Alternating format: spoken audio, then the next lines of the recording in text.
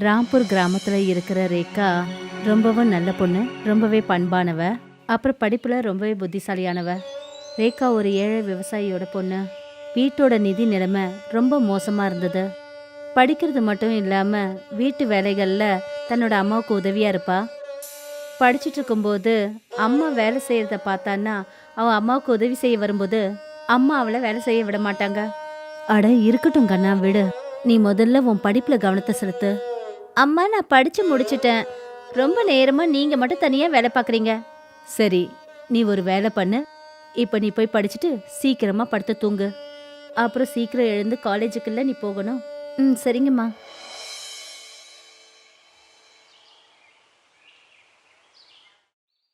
ரேகா பக்கத்து ஊர்ல இருக்கிற காலேஜ்ல தான் படிக்க போனா.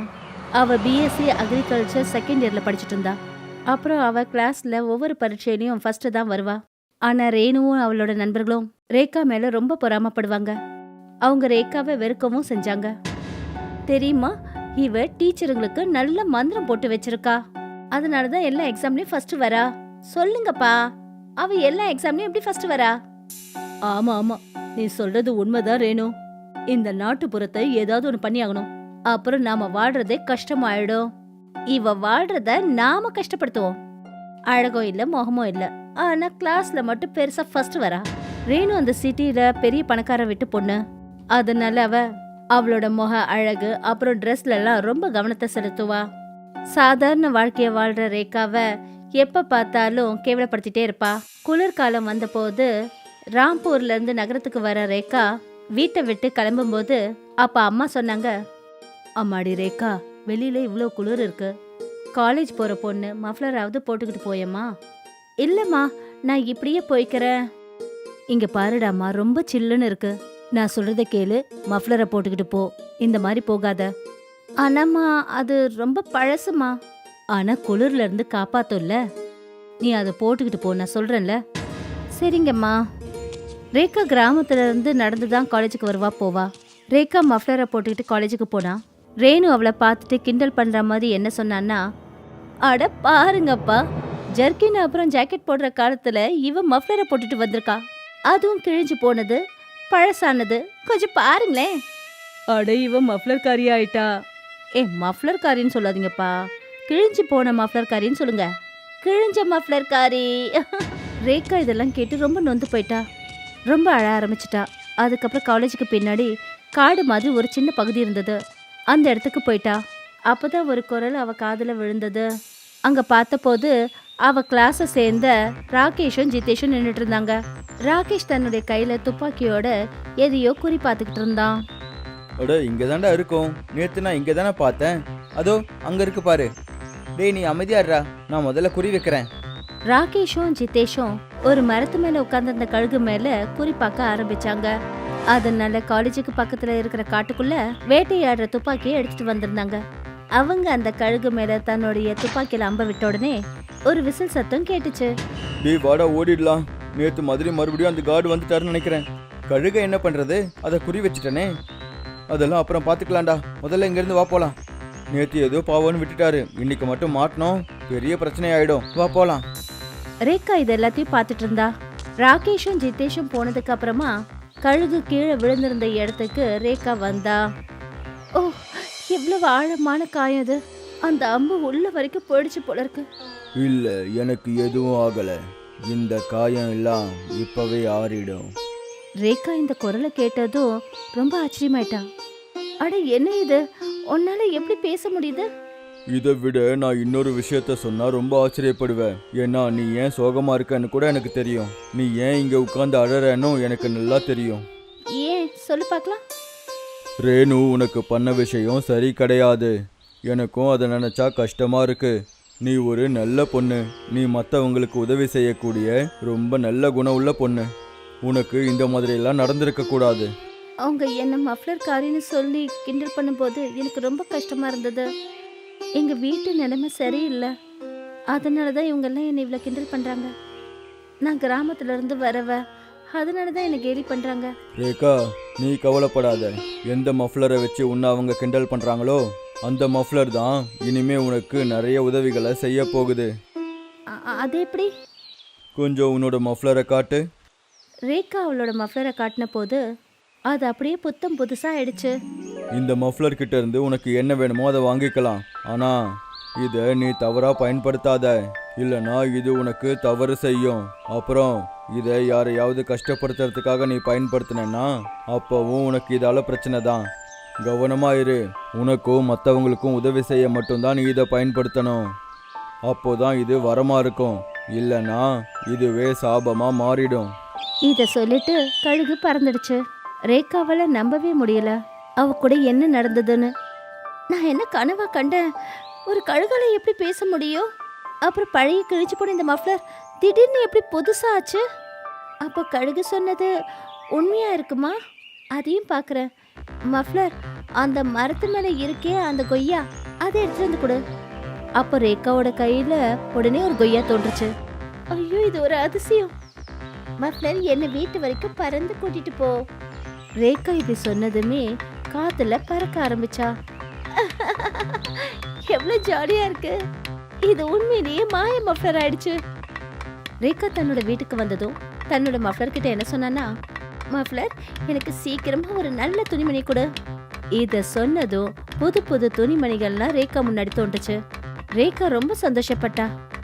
வாவ், இது உண்மையிலேயே அற்புதமான விஷயம். மஃப்ளர் என்ன கொஞ்சம் இன்னும் அழகாக்கு.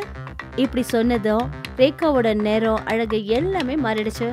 அவ இப்ப பார்க்க ரொம்ப அழகா இருந்தா. நான் நாளைக்கு புது ட்ரெஸ் போட்டுட்டு காலேஜுக்கு போவேன்.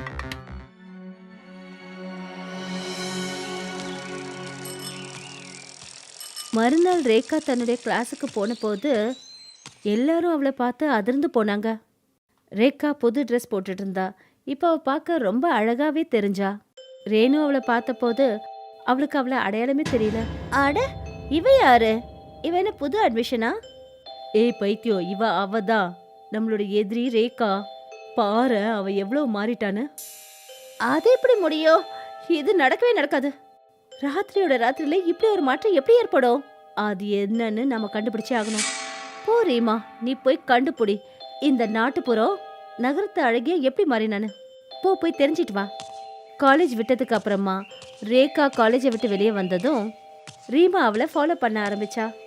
ரேகா சிட்டியை விட்டு வெளியே வந்ததும் ரீமா அவளை ஒரு செவத்துக்கு பின்னாடி இருந்து பார்க்க ஆரம்பிச்சா. இந்த ரேகாவோட உருவம் கலரு எல்லாம் எப்படி மாறுச்சு? அது எப்படி நடக்கும்? நான் இப்ப நகரத்துக்கு வெளியே வந்துட்டேன். இப்ப நான் என்னுடைய மஃப்ளரை யூஸ் பண்ணணும். ரேகா தன்னுடைய மஃப்ளரை கையில எடுத்தா. அப்புறம் என்னமோ சொன்னா. அப்ப ரேகா காத்துல பறக்க ஆரம்பிச்சா. ஐயோ கடவுளே, நான் என்ன பாக்குறேன்? இந்த ரேகா எப்படி காத்துல பறக்க முடியுது? மஃப்ளர் விஷயத்த சொன்னதும் ரேணுவால நம்பவே முடியல. அப்படின்னா இது எல்லாமே இந்த மஃப்ளர்னால தான் நடக்குதா? நாம எந்த மஃப்ளரை கிண்டல் பண்ணோமோ அது இப்போ மாய மஃப்ளரா? எனக்கு அந்த மஃப்ளர் வேணும். ரீமா, எனக்கு அந்த மஃப்ளர் வேணும். ஏதாவது ஒன்று செஞ்சு அந்த மஃப்ளரை நம்ம வாங்கியே தீரணும்.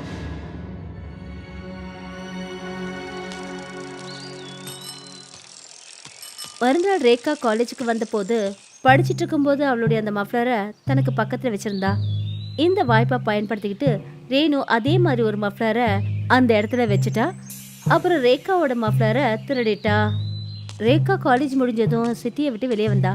தன்னோட மஃப்ளரை அவ கையில எடுத்துக்கிட்டா. சரி மஃப்ளர், இப்போ என்ன வீட்டுக்கு கூட்டிட்டு போ. ரேகா சொன்னதும் எதுவும் நடக்காத போது அவ ரொம்பவே அதிர்ச்சி அடைஞ்சா. அட மஃப்ளர், என்ன வீட்டுக்கு கூட்டிட்டு போ. என்னாச்சு? என்னால ஏன் எனக்கு காத்துல பறக்க முடியல? அட, இந்த மாய மஃப்ளரோட மாயம் எங்க மறைஞ்சிடுச்சு? எப்படி பறப்பா? மஃப்ளர் அந்த ரேணு கையில இருக்கு. ரேணு அந்த மஃப்ளரை பார்த்துக்கிட்டே இருந்தா. வாவ், இந்த மாய மஃப்ளர் இப்ப என்கிட்ட வந்துடுச்சு.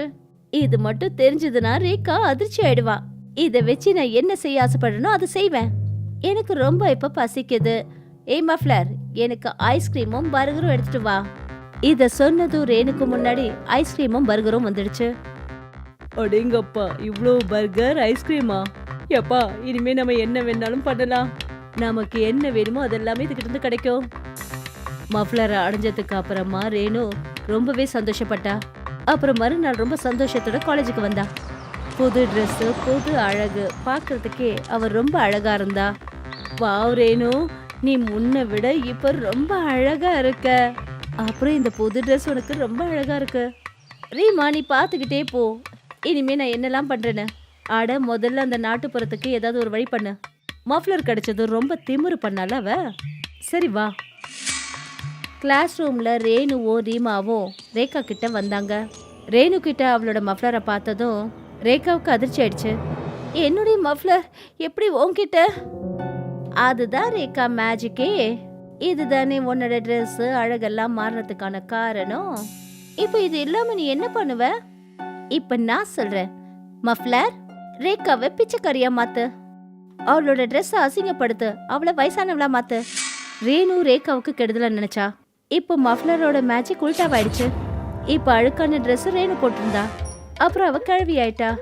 தன்னோட இந்த ரூபத்தை பார்த்து அவ அழ ஆரம்பிச்சா. இல்ல, எனக்கு என்ன ஆச்சு? நான் எப்படி கிழவியா மாறினேன்? கடவுளே, என்ன மாத்து, என்ன சரி பண்ணு. மஃப்ளர், என்ன சரி பண்ணிடு. ரேகா, என்ன சரி பண்ணு. எப்படி ஆயிட்ட பாரு. ரேகா அந்த மாய மஃப்ளரை தன் கையில வாங்கினா. ஏய் மஃப்ளர், ரேணுவை பழையபடி மாத்து. அவ எப்படி இருந்தாலும் அப்படியே மாத்திடு. மறுபடியும் மஃப்ளரோட மேஜிக் வேலை செய்ய ஆரம்பிச்சது. அப்புறம் ஒரு நொடியில ரேணு பழையபடி மாறிட்டா. என்ன மன்னிச்சிடு ரேகா, நான் தெரியாம தப்பு பண்ணிட்டேன். நான் எப்பவுமே உன்னை கேவலப்படுத்தி தான் பேசியிருக்கேன். தயவு செஞ்சு என்ன மன்னிச்சிடு. ரேணு, உன்னோட தப்பை நீ உணர்ந்துட்டியே, அதை நினைக்கும் போது எனக்கு சந்தோஷம்தான். தனக்கு நல்லதுன்னு நினைச்சு மத்தவங்களுக்கு நஷ்டம் ஏற்படுத்துறதுக்கு மனித நேயம் நமக்கு இதை கத்து கொடுக்கல. மனித நேயங்கிறது ஒன்னா சேர்ந்து மத்தவங்க கிட்ட அன்பு காட்டணும். அதனால இனிமே எந்த ஒரு எலியையும் நீ அசிங்கப்படுத்தாத. இல்ல, இனிமே நான் அந்த மாதிரி நடந்துக்கவே மாட்டேன். ஃபத்திகஞ்சுன்னு பேர் கொண்ட ஒரு கிராமம் இருந்தது. அங்க ஒவ்வொரு நாளும் வெள்ளம் வர பிரச்சனை இருந்தது. அதே கிராமத்துல சுரேஷ்னு பேர் கொண்ட ஒரு ஆளு தன்னோட மனைவி ஷாலினி கூட வாழ்ந்து வந்தாரு. ஒரு நாள் சுரேஷ் வயல்ல இருந்து வீட்டுக்கு ஓடி வந்தாரு.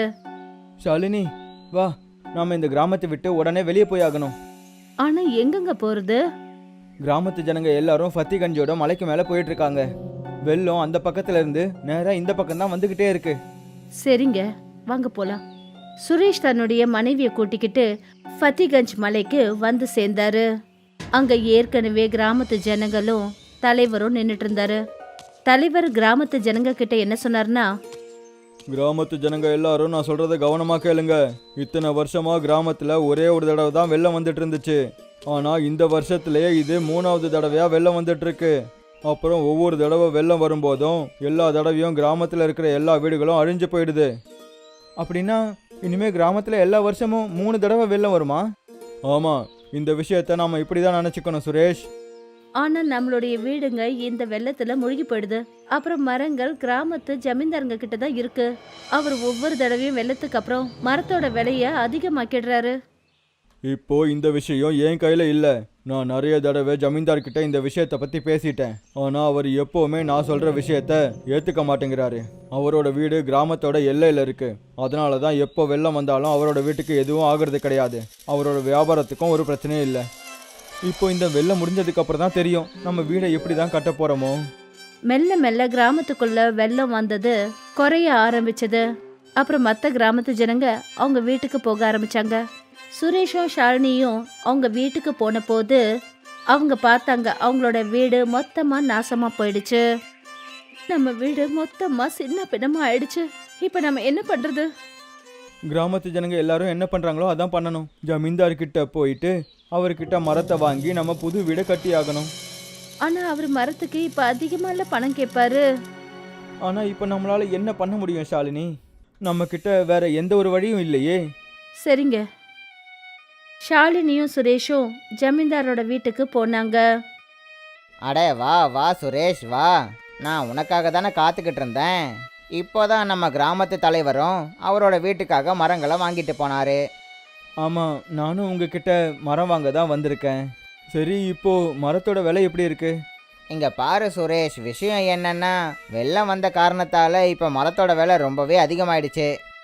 எனக்கு அப்பவே தோணுச்சு நீங்க மரத்தோட விலைய அதிகமாக்குவீங்கன்னு. உங்களோட பேராசை உங்க முகத்திலேயே தெரியுது. ஏய், உன்னோட நாக்க அடக்கி பேசு. நான் யாருன்னு உனக்கு தெரியுமா தெரியாதா? எங்களை மன்னிச்சிருங்க ஜமீன்தார் ஐயா. நீங்கள் எனக்கு மரங்களை மட்டும் கொடுங்க. அதை எடுத்துகிட்டு போனால் தான் நான் வீடு கட்ட முடியும். சரி, குடோனுக்கு போய் மரங்களை எடுத்துகிட்டு போ. ஆனால் இன்னைக்கு மரங்களோட விலை இன்னும் அதிகமாக தான் இருக்குது. சரி, நாங்கள் அதை வாங்கிக்கிறோம். ஷாலினியும் சுரேஷும் குடவுன்ல இருந்து மரங்களை எடுத்துட்டு போய் ஃபத்திகஞ்சில் அவங்களுடைய வீட்டை மறுபடியும் சரி பண்ணாங்க. அப்புறம் ஷாலினி தன்னோட புருஷன் சுரேஷ் கிட்ட என்ன சொன்னான்னா, நீங்க ஜமீன்தார் சொன்னதுக்கு ஒத்துக்கிட்டே இருந்திருக்க கூடாது. உனக்கே நல்லா தெரியும் ஷாலினி, கிராமத்தில் அந்த ஜமீன்தார் கிட்ட மட்டும்தான் நமக்கு மரங்கள் கிடைக்குது. ஒருவேளை அவர் தரலன்னா நாம் எப்படி நம்மளோட வீட்டில் வாழுவோம்? அவர் கொடுக்குற மரங்களை வச்சுக்கிட்டு தான் கிராமத்தில் எல்லாருமே வீடு கட்டுறாங்க.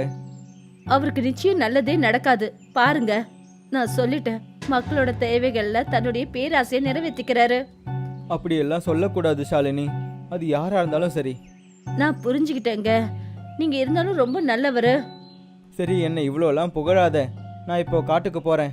நம்ம வீட்டு கூரைக்கு தேவையான சில மரங்களை வெட்டி எடுத்துகிட்டு வரேன். சுரேஷ் காட்டுக்கு போயிட்டாரு. அவரு காட்டுக்குள்ள கொஞ்சம் கொஞ்சமா போக போக அவ பார்த்தாரு, அங்க ஒரு பெரிய மரத்துக்கடியில ஒரு சாது தவத்துல மூழ்கி இருந்தாரு. சுரேஷ் அந்த சாது கிட்ட போனாரு. அப்புறம் சாதுவும் தன்னோட கண்களை தானாவே திறந்தாரு. அப்புறம் சுரேஷ் கிட்ட என்ன சொன்னாருன்னா, சொல் மகனே, என் கிட்ட வந்திருக்க, அப்போ கண்டிப்பா நீ ஏதாவது கேட்க தான் வந்திருப்ப. ஆமாம் சாது ஐயா, எங்களோட கிராமம் ஃபத்திகஞ்சில் இப்போ வருஷத்துக்கு 3 தடவை வெள்ளம் வந்துட்டு இருக்கு. அதனால எங்களோட வீடுகள் எல்லாம் தேவையில்லாமல் வீணாகுது. அப்புறம் ஜமீன்தார் இதை பயன்படுத்திக்கிட்டு மரங்களை அதிக விலைக்கு வித்துக்கிட்டு இருக்காரு. இந்த பிரச்சனைக்கு உங்களால் ஏதாவது தீர்வு தர முடியுமா? கண்டிப்பா மகனே, எனக்கு உன்னோட கிராமத்தோட வழிகள் நல்லா புரியுது. சாது தன்னுடைய கைய முன்னாடி நீட்டினாரு. அப்புறம் ஒரு மந்திரத்தை சொன்னாரு. அவர் மந்திரத்தை சொன்ன உடனே அவரோட கையில ஒரு புல்லாங்குழல் வந்தது.